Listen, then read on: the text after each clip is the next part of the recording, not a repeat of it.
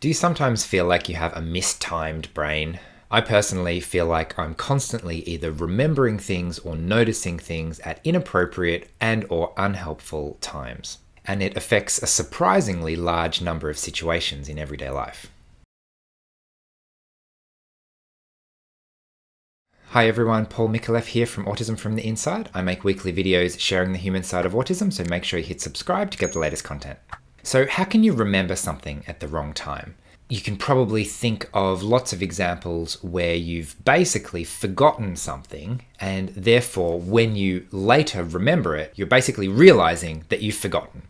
So if I go to the airport, for example, and I leave my passport at home, if I remember that I've left my passport at home at the boarding gate, then I'm probably not going to say I remembered at the wrong time. I'm probably just going to say I forgot, right? Whereas there is this weird period in between those two things. So if I remember my passport before I leave home, fantastic.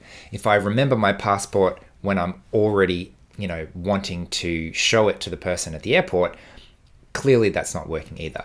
But there's this weird in-between part where what if I've just zipped up my bag and I think I've got everything in it and then I remember my passport? Or what if I just step my foot in the taxi and then I remember my passport? And then it's just enough time to go back inside and get it, but it's also, I feel like I've forgotten it as well. So this type of remembering things at a weird time happens in so many aspects of life. It's like opening the fridge and getting out 3/4 of the things that I need to make lunch, and then closing the fridge and then going back and saying, oops, I forgot this thing. And I'll open the fridge and get that one extra thing. And then I say, oops, I forgot this other thing. And there's always like one extra little thing that I didn't remember at the best time. Or alternatively, when I'm thinking, oh, I have to go downstairs or upstairs or something like that. And do I have everything that I need so that I don't need to come back? And I spent a lot of time checking and double checking and triple checking. Have I got everything that I need so that I don't need to come back?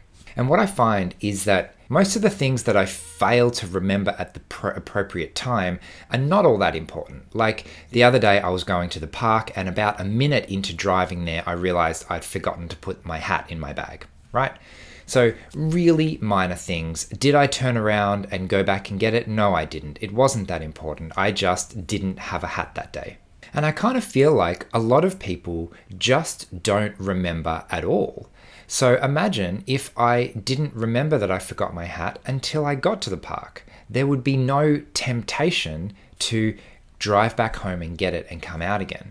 Spelling mistakes are another really good example. I'm writing an email and I think it's done and I'm about to hit send, and then for some reason my brain decides to double check it again and I find one more mistake. So I go back and fix it, no problem. And then I think I'm done again and I'm about to hit send. And then for some reason, my brain kicks into gear and does a better job of checking, and I find another tiny little mistake. Okay, let's go back and fix that one.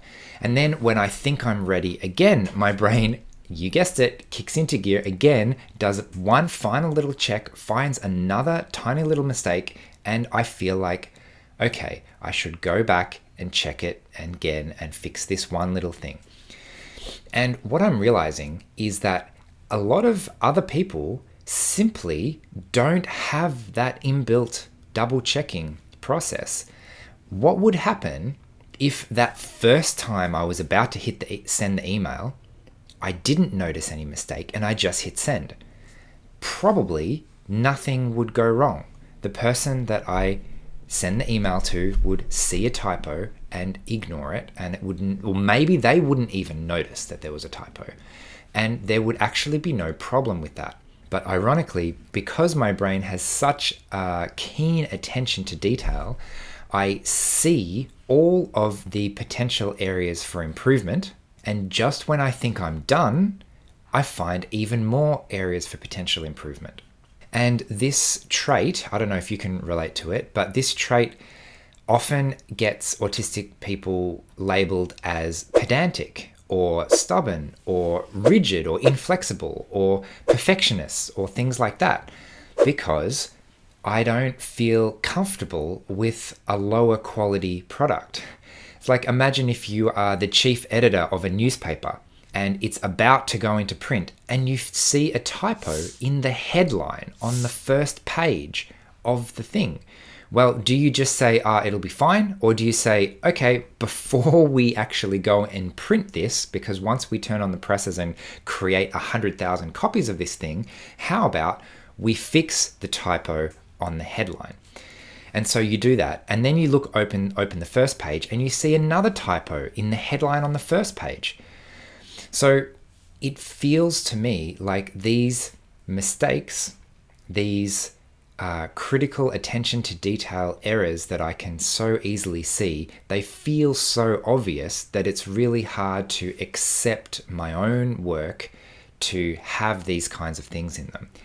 But as you can imagine, the executive function load of checking and double checking and triple checking and then fixing and then opening it up and then fixing it and then closing it again and then opening it up and then fixing one more thing and then closing it again and calling it done, and then a day later opening it up again when you thought it was done and then fixing one extra little thing and then closing it again and calling it done again for the third time and saying, this time I'm definitely not going to change anything. That is an extremely tiring process. It can be a tiring process physically. The amount of times I've run up the stairs and down the stairs and then, I forgot something, and up the stairs and down the stairs, and I forgot that one other thing, and then up the stairs and down the stairs again. You can see how that's a really tiring process physically if you have to physically retrace your steps and go back and do something again and again. But mentally, it's quite similar. If I think something's done, that's why one of the things that motivates me the most is a finish line, to call something 100% done. I'm not going to look at this anymore. I don't need to think about it anymore. I don't need to look for any mistakes anymore. If there are mistakes, bad luck, because it's done.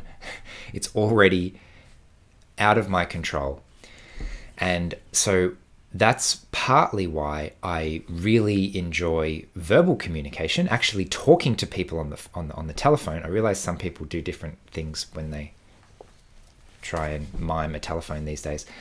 Some people hate that because there's a lot of pressure, but for me, it means that I only get one shot at my communication, and what I can't do is redo it and redo it and redo it and see a better way to do it infinitely, which takes up a huge amount of energy. So one of the reasons that this is such an energy consuming executive function task is because when you're asking yourself the question, do I fix this problem that I found? Very often it's not a black and white problem, not problem. It's, do I make this situation better or not? And it's always possible to implement something that seems like it's making the situation better. And now that we have to rank these potential fixes against each other, suddenly that's a huge prioritizing task.